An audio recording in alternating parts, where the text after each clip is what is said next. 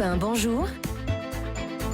Samuel Etienne. L'info qui commence à bruisser sur Internet, c'est Derrière le buzz avec Géraldine Wössner. Bonjour Géraldine. Bonjour Samuel.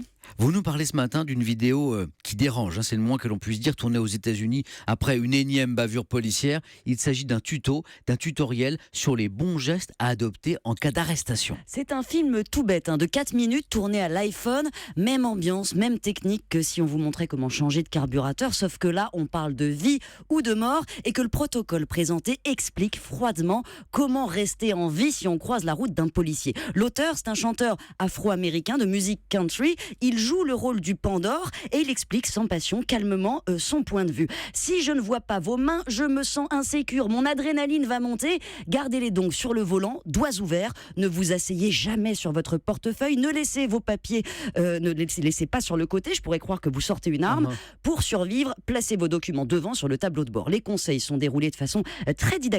C'est vraiment un tutoriel et ils sont glaçants par ce qu'ils révèlent. Cette vidéo, Samuel, a été partagée plus de 37 millions de fois en à peine quelques semaines. Et c'est ce qui fait polémique, Géraldine, c'est qu'elle présente finalement cette vidéo, les bavures policières, comme un fléau inévitable. Exactement, ce sont d'ailleurs les mêmes conseils qu'on donne contre les ours. Ne vous retournez pas, ne partez pas en courant. Et c'est ce qui met tant d'internautes mal à l'aise. Ils auraient voulu que l'auteur dénonce, revendique, mais rien. Il s'en tient à son protocole pragmatique. Et c'est en cela que cette vidéo est vraiment novatrice. Il souligne un fait que la plupart éludent dans un pays qui compte 350 millions d'armes en circulation. 350 millions, Samuel. On peut concevoir que la police soit un poil tendu. Alors c'est vrai, elle tue. Près d'1 millier de meurtres l'an dernier, 619 déjà depuis le mois de janvier, selon un décompte du Washington Post. C'est vrai que les Noirs sont particulièrement visés, mais depuis 3 ans, il y a eu des émeutes, des marches dans tout le pays. On a équipé les patrouilles de caméras embarquées. Rien ne change. Aucun policier, pas un seul l'an dernier,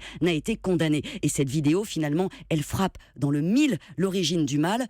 Moins la police, moins le racisme que ces 350 millions d'armes en liberté. Moi, Géraldine, on sait que le président Obama, malgré les tueries, n'a pas réussi à encadrer les ventes d'armes à feu aux États-Unis en raison du puissant lobby les défendant aux États-Unis. Merci Géraldine Wössner.